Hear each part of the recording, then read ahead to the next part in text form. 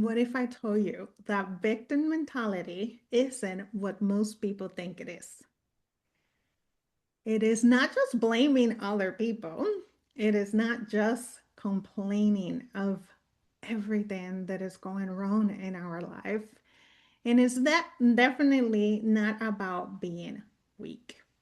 In Yeah. fact, some of us, self-aware, spiritual, healing, reader, focus ourselves and still caught ourselves in victim mentality, even without realizing.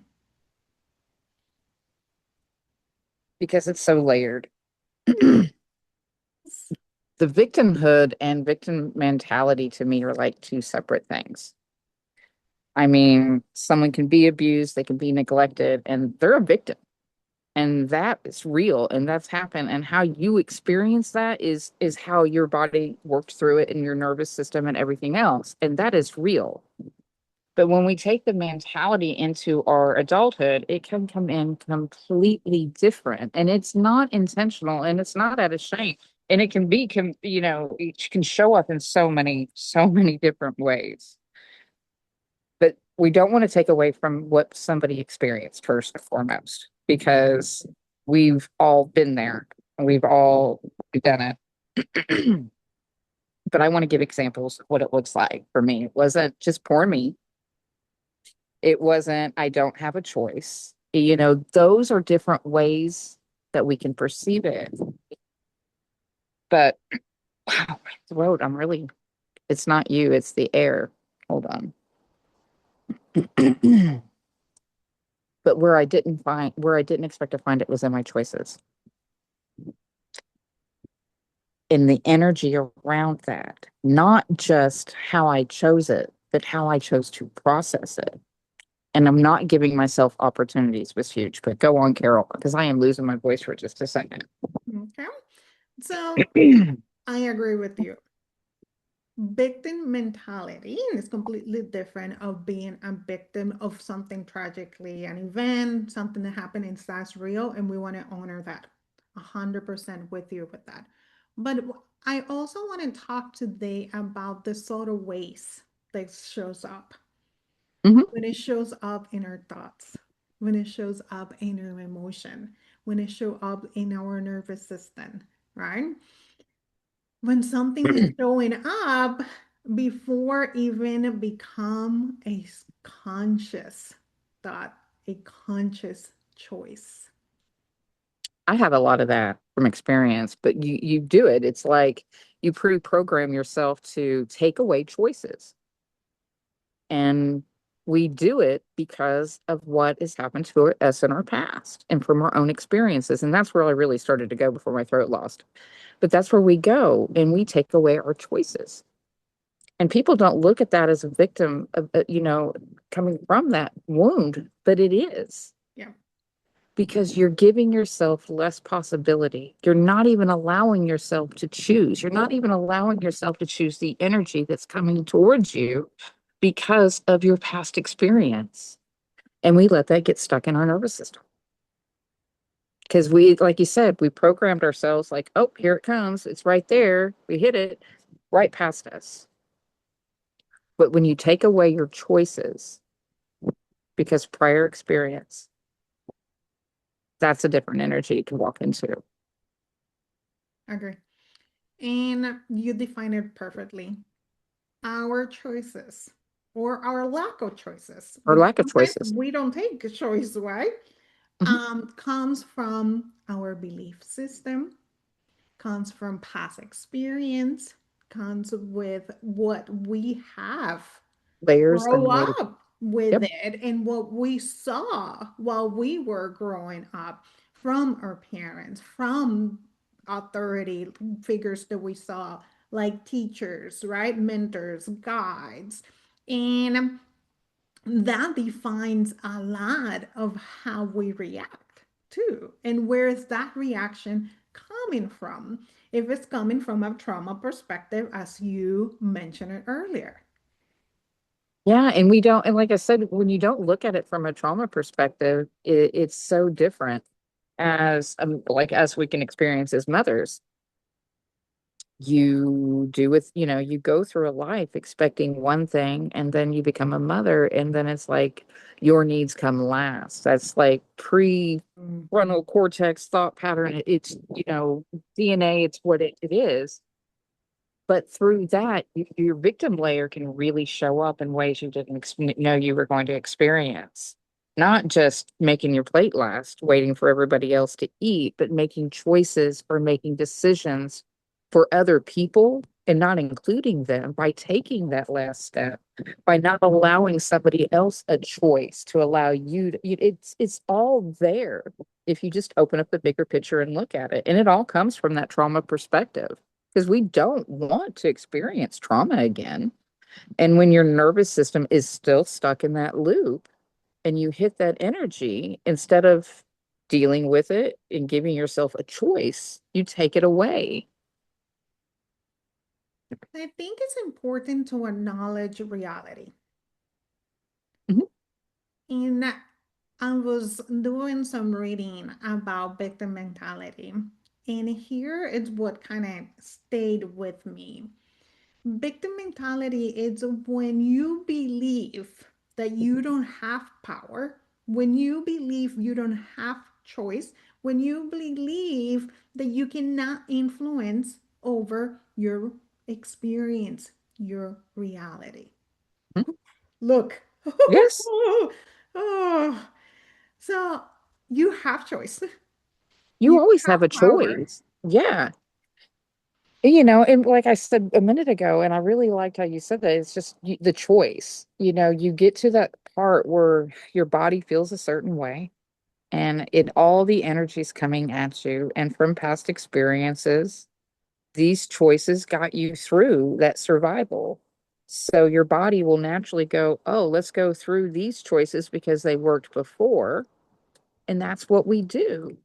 And worked before could be you taking less, cheating yourself out of opportunities, you doing things like that. But it's all that layer of victim, all that layer of trauma, and all that not giving yourself permission to have a choice because you don't want to feel that energy again. We don't want to feel that trauma again. And if that behavior before worked, our nervous system's just going to go, oh, there you go. Let's just move right to that decision. That worked before. There's no possibility of anything new choices coming because when we take, that's what I mean. We take choices away by that. We really, truly do. Pardon Now, me. that makes me curious about this question that I asked myself. Why was my body responding that there was a danger? Yeah. And that's a so important question because when we don't feel safe, it's when our nervous system gets kicked in, right? And that's when our protective mechanism starts coming in. So it is important for us to remember, right? Or to ask why my body is reacting this way that is reacting right now. And be accountable for it as well. And that's not playing into and it is the victim part of the card. Is sometimes that's another way we give our when we get to that accountability part, we give our power back to the original trauma or the original experience or the way we perceived it. It just doesn't work that way to move through it. I say it all the time, you got to feel to heal. Yes, you do. Oh And my God. you just Yes. have to feel it. And our nervous system doesn't want to. Our past experience doesn't want us to. It doesn't want us to try a different way. And it can be something just so minimal and small. And you're like you said, I do get curious, but that's the thing. When I feel it, and the thing is, I don't care who you are, what you do, or where you've been, or how much you've healed, or if you're some doctrine and you're over here, telling everybody every single one of us is going to feel that panic of that if it's safe or unsafe. Mhm. Every person on the planet is going to experience that. We just have to have the terminology or the language to understand, like, whoa, where's it coming from? But the thing is it ours? Is it ours? Is it my trauma from my childhood that I need to take another look at and say, hey, what is there a part or a perspective I didn't see to heal from? What part of my life is it? Give it the right responsibility, not just shame it, not just push it back. Allow it to have its own responsibility to feel. It's, I know I say it all the time. We just make it so hard, but it's really truly simple. And we as humans have to ask way too many questions, way too many perspectives, way too many, other people's opinions. But it truly comes up against, is it mine?